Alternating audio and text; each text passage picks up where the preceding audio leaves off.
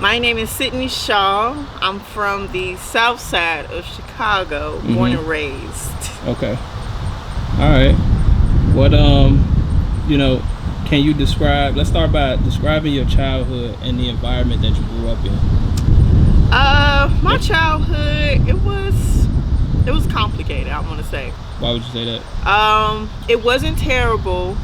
I wasn't homeless or nothing like that, but I had bad anxiety, and I had separation issues with my mom because sometimes her and my grandmother would get into it a lot, so she wasn't always living with us at the time. Yeah. So I was mostly with my grandmother during my younger days, but I just really wanted my mom all the time in some situations, but I understood now that I'm older that they weren't, it was a toxic environment for both of them. So got you. But I was grateful enough to have my grandmother. She put a lot into me, actually. She made sure I went to school, made sure that I was respectful, and she made sure that I know my community too as well. Yeah. Okay, so as far as I know you said that you had anxiety growing up because of that, the separation thing. Yeah. Is that your earliest memory of having anxiety? Yes. It was bad. I used to cry a lot. My mom, she would bring me around to parties, kids parties, whatever. Yeah. And when I used to be left alone with other people, like the other kids, I would just cry because I want my mom to be right next to me. Right. So I dealt with anxiety literally my whole life. And I'm still dealing with it now a little bit, but not as bad as it used to be. I used to be called a crybaby. Why are you crying? I was just scared. Wow. And so the relationship outside of that, the household relationship, how would you describe your relationship with your mother? It's really good. I love my mom. That's my rock. I die for that lady. Okay. Yeah, but it's not perfect, of course. Nobody's relationship is perfect. But I love my mom. Okay, got you. Now what about your father? I love my dad, but it's not, I don't see him every day. I don't talk to him every day. It's been like that for a long time. But I don't hate him. I don't hate my dad. But I'm working on it now to improve our relationship, but it's hard because I'm starting to realize that I'm not over some things. Yeah.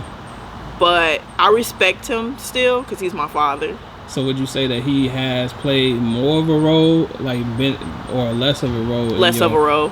Okay, so do you feel like you had the chance to actually build a foundational relationship with him, or how does that? I have the opportunity now, but I'm still working on that. Yeah, I mean, as far as the role that he's played in your life. That took effect of me with how I love, when I'm in a relationship. I would say that. Yeah. With men.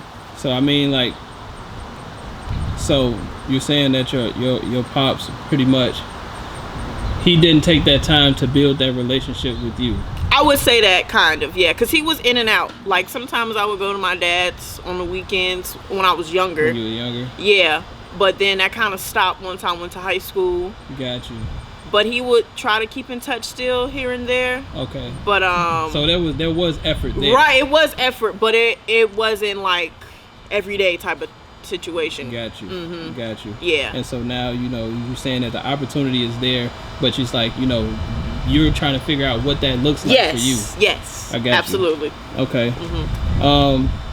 Now the relationship that you do have with your parents in general, how do you feel like that shapes your views on family and relationships? Now that it shapes a lot. I think learning from my parents' relationship, because at one point in time they did love each other. I'm their love child, I want to say. Yeah. But that made me learn that everybody, I don't know if that's a bad thing or not, but everybody can, it can end one day. Your happy ending can end, and sometimes it's how you take it. You can either learn from it, or like on Lion King, you can either learn from it or run from it. Yeah. So I learned from them, like, even though they didn't last together,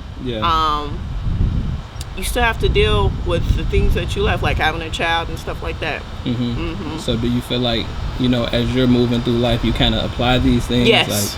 Now, because I don't have any kids, but when I do, I know what to expect from my baby's father or my husband, hopefully. So So is there anything that you would want to do differently from the dynamic that you had? Yes, I would.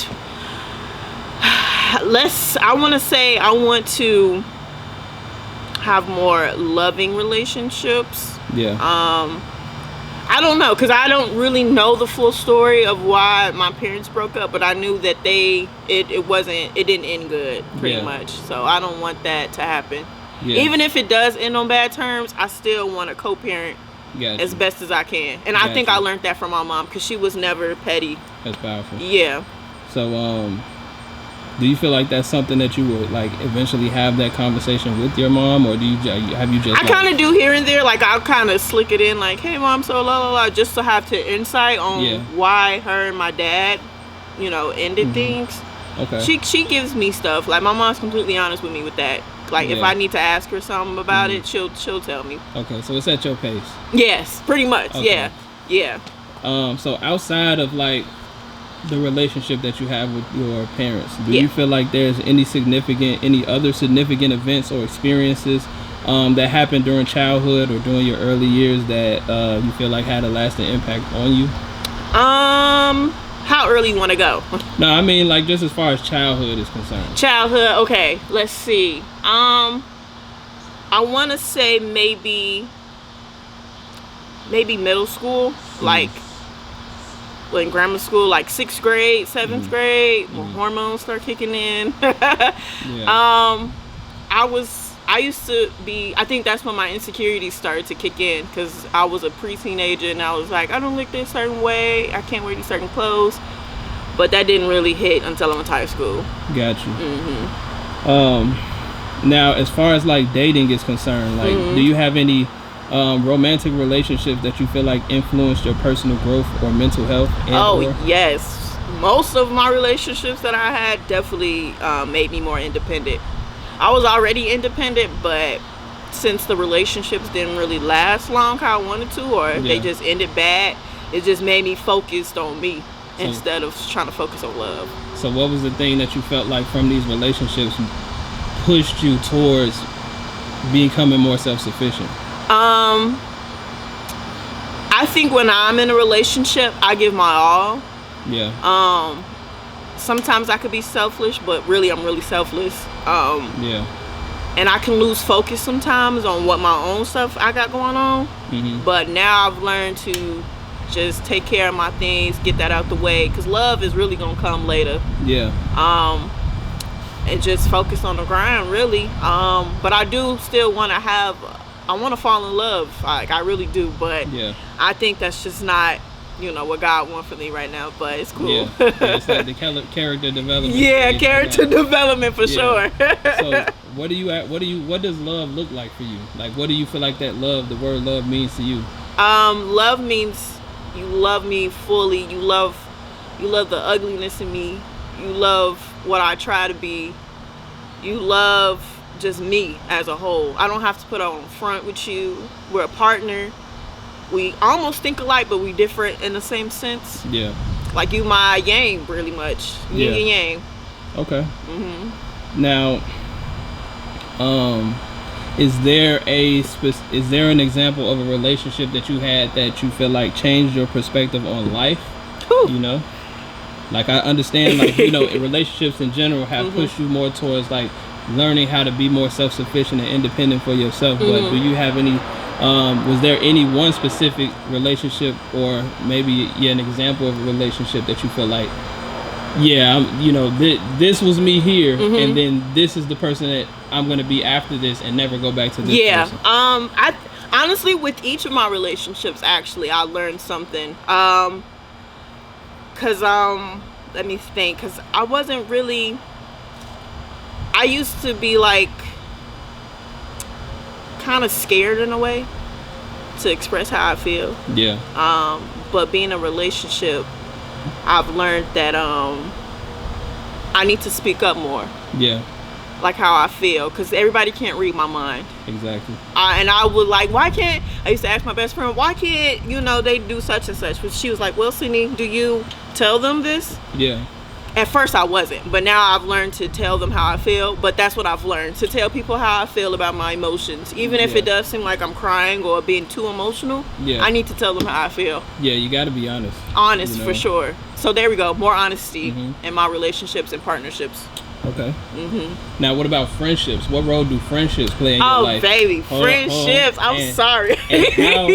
And so, what role do friendships play in your life, and how have they changed or evolved over time? I've friendships, especially with girls, I would say, has been a journey. Literally.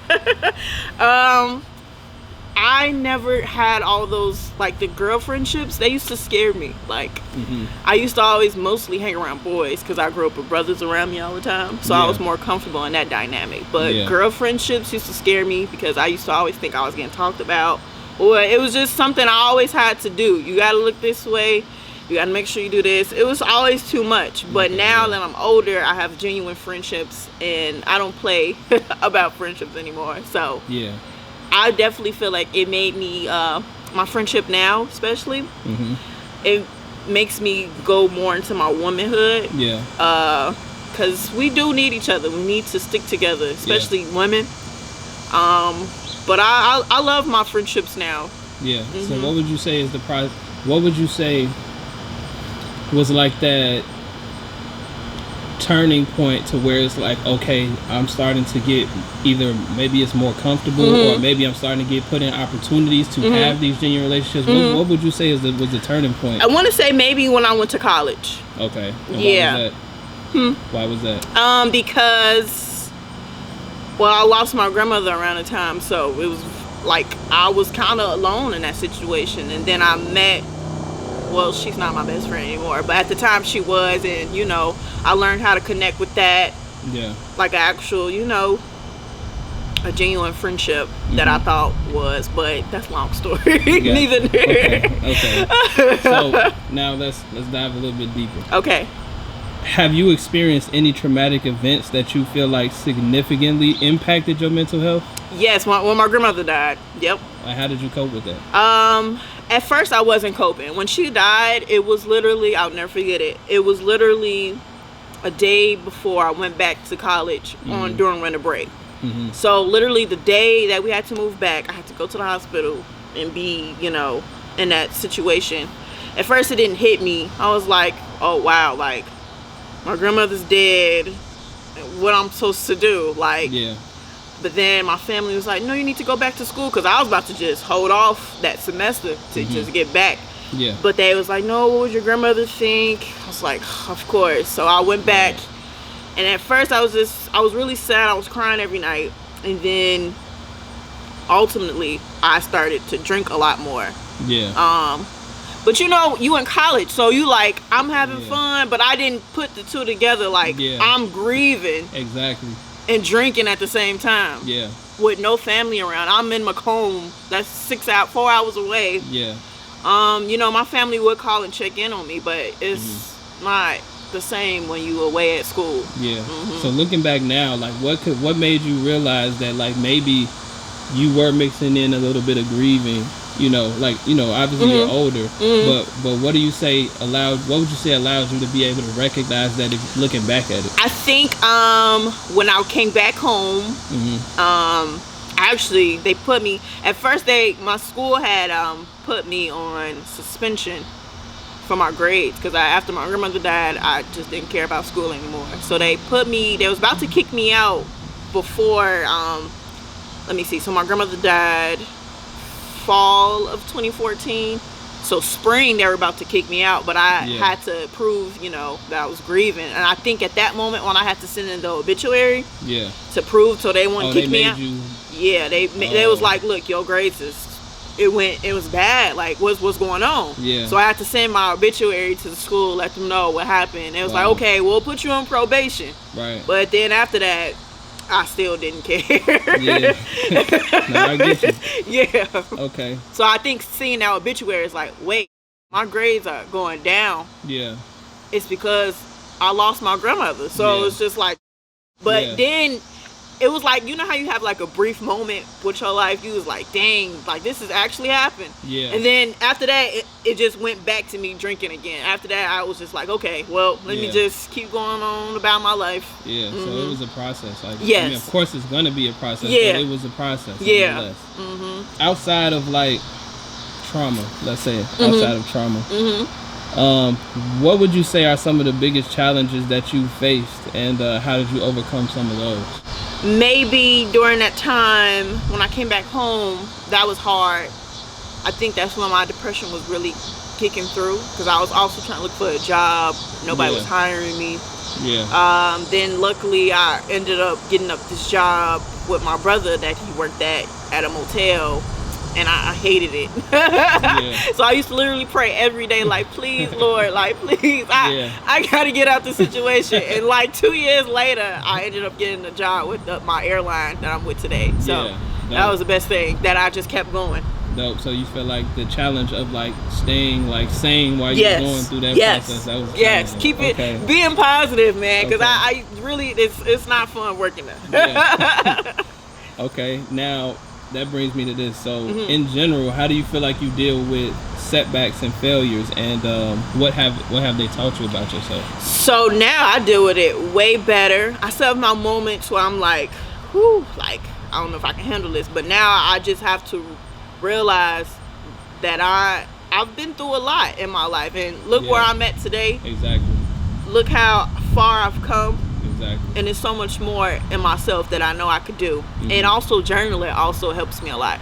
I didn't even realize that I was journaling until like I got older, like in my 20s. I was like, wow, I was looking at old notebooks when I was in grammar school. I was like, wow, I used to just write. Yeah. And now to this day I still do. So but now I'm more of I manifest things into my journal. So you kind of were just writing these things down without like just randomly writing these things down? Okay, and now you actually have like streamlined a exactly. Yep. Got you. You know, diving a little bit more, you know, a little bit more deeper. What moments in your life do you feel like what moments in your life have you found most transformative in shaping who you are today? Because I've heard you speak about, you know, family. I've heard you speak about, you know, relationships and the relationship with your mom. Would those be those things, or would you say that something is something else that you feel like has, you know, been most transformative? I would say that does play a part, but I think working at the airline also transformed me too as well. How so? I used to, like I said, I had bad anxiety, so talking in front of big crowds would kind of scare me in a sense. Yeah. But now when I went to work at the airline, that's all I do is talk. Yeah. So that built more confidence in myself. Yeah. Also made me realize a lot about myself, because a lot of critical thinking when you work at an airline, because anything can happen, especially the airline that I worked at. And I've just grown so much from that. And just looking back, I'm like, wow, like the shy, timid me would be so proud of who I am today. Yeah. Yeah. So you've seen yourself grow from this person. Exactly. Okay. Now, you kind of gave a little bit, you know, of it with the journaling, but how do you practice self-reflection and self-care to maintain your mental health? So, of course, journaling. That, honestly, I recommend everybody to journal. Even if you don't feel comfortable doing it, do it. You'll see things in there it's easy to reflect on. Yeah. When you just see like, wow, I was really upset about that, but now you can take things in a little deeper. Basically a book about yourself. Like, you can study yourself, learn from yourself. And also I go on walks now, so I always like to walk. I don't know what it is, but walks are very peaceful. Yeah. Get my mind off things. Because I just don't like to be inside a lot. Yeah. Yeah. Okay, so pretty much journaling and walking are two of the most powerful, influential things that you do to practice self-care. Yes.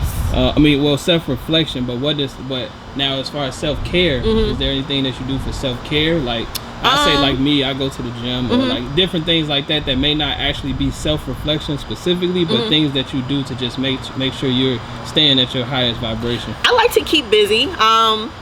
I I used to model, so now I'm a model instructor. So I teach girls or anybody how to walk, do runway stuff. So that's really been keeping my head clear too as well. And it also brings me happiness too, because modeling was my first love and always will be. So that definitely helps me keeps me happy, I want to say. Okay. So from the past to now, what lessons do you feel like you've learned from your past that you apply today in your life? Do not let fear overcome all my thoughts. Fear has been part of my life forever. I used to always think I couldn't do anything. I was scared to, or I just wouldn't try. But now I'm down to try anything. Okay. So don't let fear win. Don't. Okay. Now, obviously, you're a black woman that grew up on the South Side, hood. How do you feel like your societal background has influenced your beliefs and behaviors? Man, I want to say, especially being a black woman, I feel like society tries to mute black women. Why do you feel like that? Because every time we speak our mind about things, it's always because, the angry black woman trope. I remember one time I was dealing with someone and he would just be like, why are you like arguing? Why are you? I'm trying to argue. I'm just trying to get my point across. Because if you were to come with me with the same information that I'm telling you, I would listen to you and take it as, we having a conversation. But if I say something, it's, oh, you're just mad, you're emotional. No, I'm not. I'm genuinely just trying to have a conversation with you. So I think society tries to put us in this place. But I think now, today, more black women, especially just women in general, I think we're just more powerful than ever. So is that the only thing? Is that one of the only impacts that you feel like, like your background has influenced your beliefs and behaviors? I think so. I grew up mostly around women too, though. So, I'm sorry, I just went blank. But it's because it's so many things that come with this, especially me being from where I'm from too. So it's kind of different because you gotta. How can I explain this? Like, I'll give you an example. I remember one time I was out with a friend, and this is the time I was living at my mom's house still. They was like, oh, I didn't know you would live. You don't look like the type of person to live here. I'm like, what does that mean? What does that mean? What does that mean? And then I didn't learn till older, like, oh, so I'm being judged on a place that I live because I look this way too. So it's kind of stereotypical. I don't like that. In what ways do you feel like, and again, a lot of these questions might sound similar, so just answer the best you can. I got you. In what ways do you feel like, your upbringing has shaped your approach to life's challenges? Because I know you said that you kind of saw the dynamic between your mom and your grandmother. You saw the dynamic of how your mom really kind of, made things happen and really stepped up in that role in your life. How has that shaped your approach to life's challenges? To always keep going. Okay. Even when there were bad times in the house, somehow we still managed to keep going. My grandmother, she worked her ass off every day. And I also feel like she installed in me to hustle. She really did though. She would be up at 2 o'clock in the morning baking cakes. She would have full tables just everywhere. Wow. So she definitely installed me to just hustle, work my ass off, and just try to keep, a positive head. Okay. And so just basically, no matter what, just keep going. Keep going. There's a way. Keep going. There's always a way. Always a way. What strategies do you use to stay mentally and emotionally resilient through like these tough times when you go through them? I've learned recently that I've been resilient my whole life. Dang, I might cry on this one. But I have to always think of the end goal. because I've learned that me being depressed, I would just reflect too much. Yeah. It's okay to reflect, but you can't be stuck in that forever. Yeah. You want to know, you have, it's so much in this world. Like, it's so big, and for us to be so focused on minute things, I don't think, I try not to keep myself in that pretty much. Yeah, it's like you can overanalyze. Yes. And it'll leave you like not taking any action, which kind of reinforces you to think even harder. Exactly. Which makes you take even less action. Exactly. I understand. Yeah, I understand. man. Okay. Life. So, big question. Okay. Do you have a time where you had to reinvent yourself in order to keep going in life? Mm-hmm. I've reinvented myself at least 1,000 times. Recently though, I think last year when I got my promotion at my job, I think that put a more fire in me. Mm-hmm. I started reflecting on things that I want to do. Like, I want to have a production company now. I always loved theater and arts. Yeah. I used to want to be an entertainer like Beyonce, but you know, everybody can't be blessed with everything. But now I've learned that I could be in the background. I like production. I like how things are created. Mm-hmm. I used to do extra work for like the Shy and the Empire, and just seeing like how everything works. I'm like, wow, this is amazing. Like, I wish I would have known this sooner. Yeah.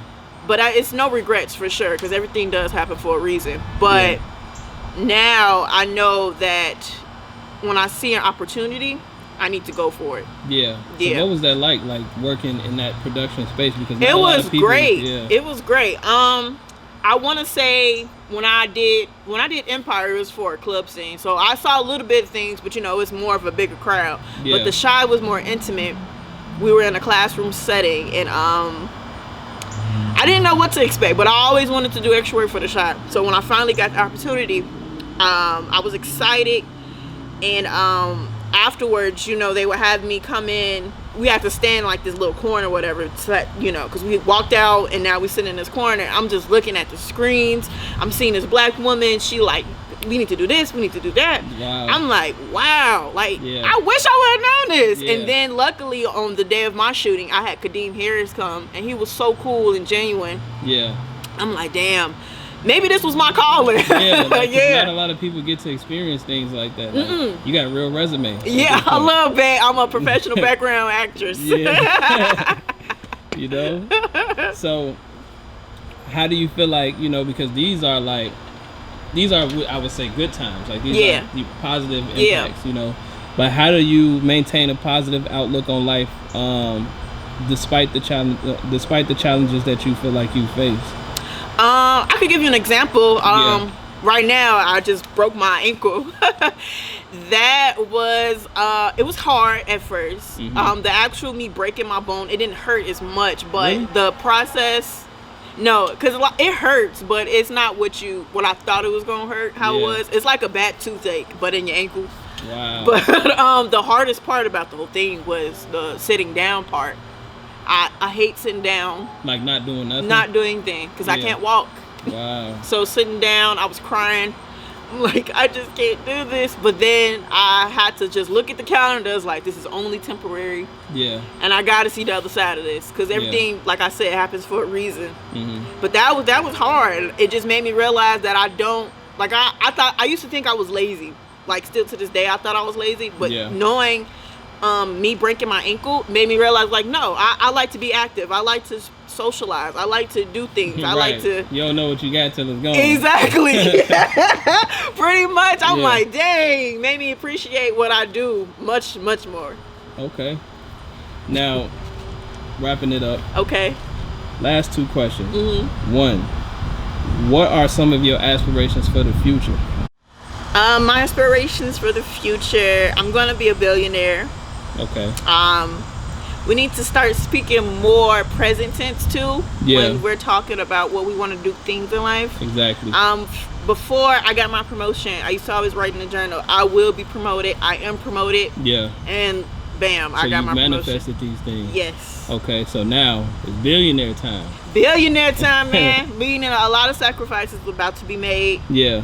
But I think God, even if I can't be a billionaire, I'm definitely gonna be I'm gonna live comfortably. So yeah, for sure. Yeah. So is that the only aspiration that you have? I do want to have a family, but I'm still focusing on myself. Yeah. Okay. So you're still getting the framework together, building the game plan. Yes. And Boss now, lady. And now, so that leads me to my last question, and then we can wrap it up. Okay. If you could give your younger self one piece of advice, what would it be and why? I don't want to cry. Cause I recently I wrote about this in my journal too. It's funny. Yeah. But I really want to go back and hug little me so bad. She was just confused. She was lost. But I would tell her that we're gonna make it through, man. And don't let society try to tell you what you are when you know deep down what you are. Yeah. You're beautiful. You're smart as hell. And I would just tell her that it's gonna be okay. Because I think I was too much in my head. Yeah. Thinking that I couldn't do certain things or be certain things either. So yeah, I would just go back and hug her and just kiss her on the head like, it's gonna be okay, girl. We're gonna make it through. Like, look at us. We made it. That's powerful. Okay. Well, I appreciate you for coming and sharing your story with us. Thank you. You know, I hope that this is able to impact somebody when they listen to it. You know, somebody who may feel like they are, maybe going through some of the things that you said you have went through, but they feel like they're going through it alone. Hopefully you can be a voice for some of those people. And I just want to say that if you are going through something, you will get through it. You just have to keep a positive head. I know it may seem like it's the end of the world, but I promise you, if you just keep trying and keep going, and then when you come on the other side, you're gonna laugh about this. I promise you are. Really are. That's Cidney, everybody. Thank you so much for having me. It was great.